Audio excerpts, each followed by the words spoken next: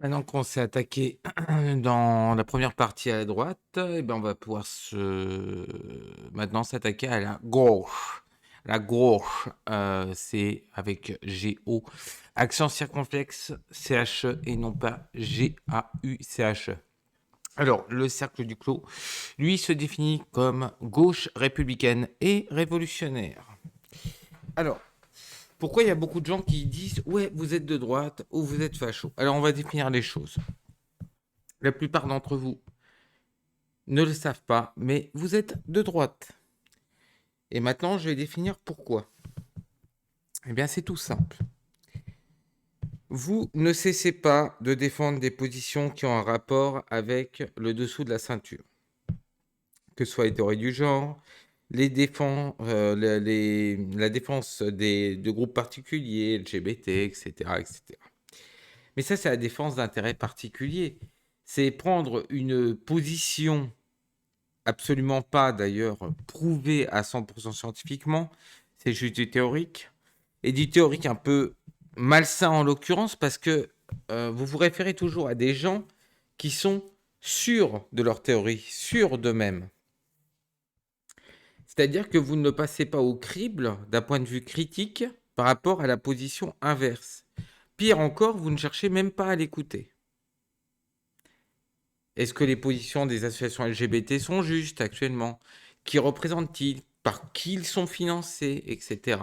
Ça passe à l'as. Mais ce qu'il y a d'un peu particulier, c'est que les grandes entreprises font de même, en fait.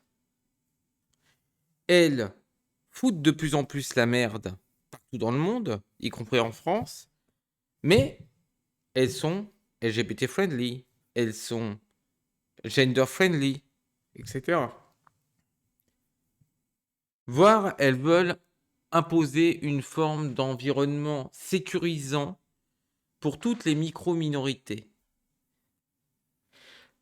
Alors je vais vous dire un truc, en fait elles s'en fichent de ces minorités. Elles sont juste des objets pour pouvoir, une forme de paravent, pour pouvoir dire nous sommes vertueux. Parce que comme tout leur système marche par la pub et le business, en fait, elles ont tout intérêt à marcher avec vous sur ce point. Et vous leur offrez ce paravent. En cela, vous êtes de droite. Maintenant, du point de vue économique et social, comment on définit la vraie gauche? Eh bien, il s'agit de la mise en commun des grands moyens de production et d'échange, ou tout du moins de l'amélioration des conditions de vie des classes les plus exploitées. Mais à moins que vous ayez redéfini les classes sociétales comme des classes sociales, ce qui est un peu fort de café, parce que, en fait, si vous avez une personne de la haute bourgeoisie qui est gay, je vois pas ce qu'elle va avoir en commun avec quelqu'un qui vient du prolétariat et qui est lui-même homosexuel. Ça, on peut se poser la question de ce que vous y voyez comme liaison. Et tout du moins, allons jusqu'au bout. Si ces preuves sont résolues dans une société capitaliste, elle vous abandonnera pour retourner vers sa classe sociale, ce qui semblera logique, parce qu'elle n'a pas d'intérêt matériel à rester avec le prolétariat. C'est un peu énorme, en fait, que vous défendez. Donc, défense des intérêts particuliers, d'une part, comme le capital qui dit oh là là, mais il faut qu'il y ait moins d'État, l'État est un oppresseur, etc. Vous êtes dans le même jeu. Pire encore, les ultras, ce que j'appelle les faux internationalistes et les vrais mondialistes dits de gauche, n'ont pas un discours tellement différent. Nous allons détruire les nations qui portent en elles l'impérialisme. Non, les nations portent en elles rien du tout.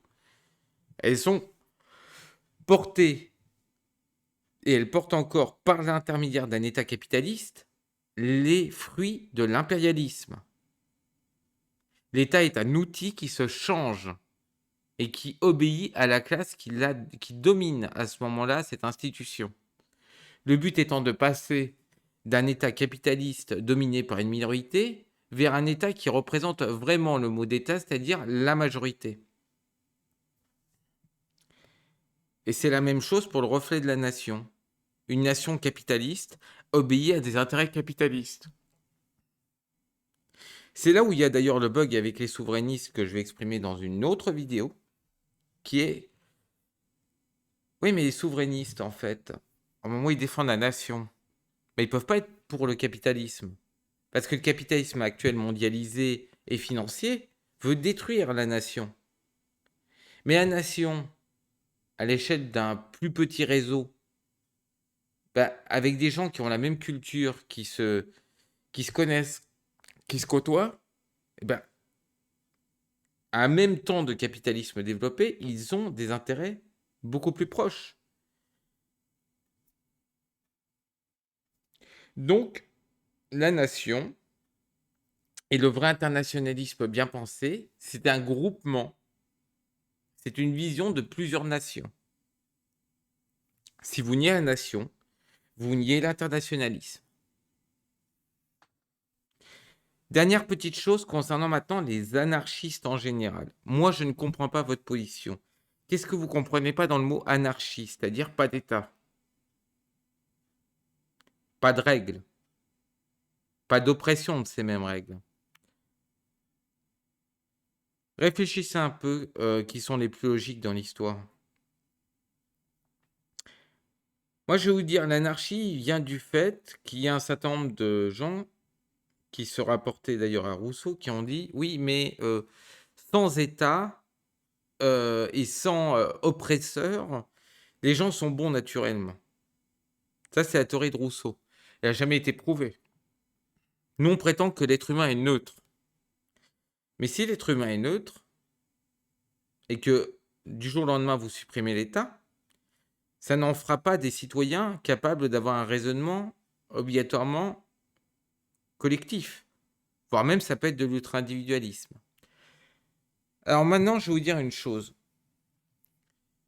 Les seuls anarchistes que je vois cohérents, c'est les ANCAP. Eux, ils assument intégralement le fait qu'il n'y a pas d'État, pas de règle autre que la défense de la propriété. Ce qui est en fait le minimal, le basique de l'esprit primitif, je dis bien, humain. Bon, bien sûr, ça va capoter leur truc. Tout simplement parce qu'on ne peut pas réaliser, chaque individu ne peut pas réaliser lui-même tout l'ensemble des tâches. Donc, obligatoirement, il y aura un moment, un espèce d'homme fort qui va émerger et qui va refaire un État dictatorial autour. Vous avez déjà des micro-États assez anarchisants, ANCAP dans le monde. Il s'agit par exemple des cartels de drogue au Mexique. Eh oui, c'est l'anarcho-capitalisme. Ils défendent leur propriété, ont une vision anti-étatique, donc il n'y a pas vraiment d'État. Et l'État, on va dire que ça a capoté parce que l'État, c'est devenu les chefs du cartel. Voilà. Donc, nous, ce qu'on dit, c'est que si vous voulez défendre l'anarchisme jusqu'au bout, que vous haïssez l'État par essence et pas par réflexion, devenez anarcho-capitaliste, devenez libertarien. Ce serait logique dans votre méthode de pensée. Ne pensez pas que les gens vont faire quelque chose de constructif et de correct dès le moment où on les aura débarrassés d'un seul coup du capitalisme. Il faut du temps pour que les gens apprennent et comprennent leur intérêt collectif. En attendant, il faut réguler ça par l'État.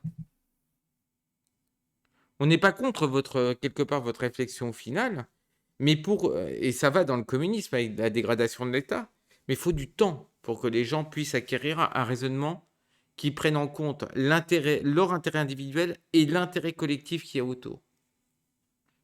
Et surtout dans une société de crise où les choses manquent. Donc, j'ai défini ce que c'était la gauche, j'ai défini ce qu'on était, et puis j'ai défini ce qu'était la gauche, c'est-à-dire une série de défenses de petites oppressions un petit peu autour qui ne sont qu'une somme d'intérêts individualistes et qui feront exploser d'ailleurs leur structure au final. ils rendent service aux très grandes entreprises qui n'ont plus à répondre à ce moment-là à l'appauvrissement qu'elles amènent. Et la gauche amène un paravent énorme à ces gens-là. Puisqu'en fait, à aucun moment, ils ne posent le problème économique et social. Je vais éviter de parler de la partie qui se représente comme dit communiste aujourd'hui, c'est-à-dire marxiste-léniniste, qui n'a pas vraiment évolué parce que, en fait, elle ne se pose pas la question des PMI-PME, elle ne se pose pas la question de la prolétarisation des masses, ni de la loi de concentration du capital. Quel serait l'intérêt de continuer à ce moment-là de débattre, puisque ces gens-là croient plus qu'ils ne voient. Bonne journée.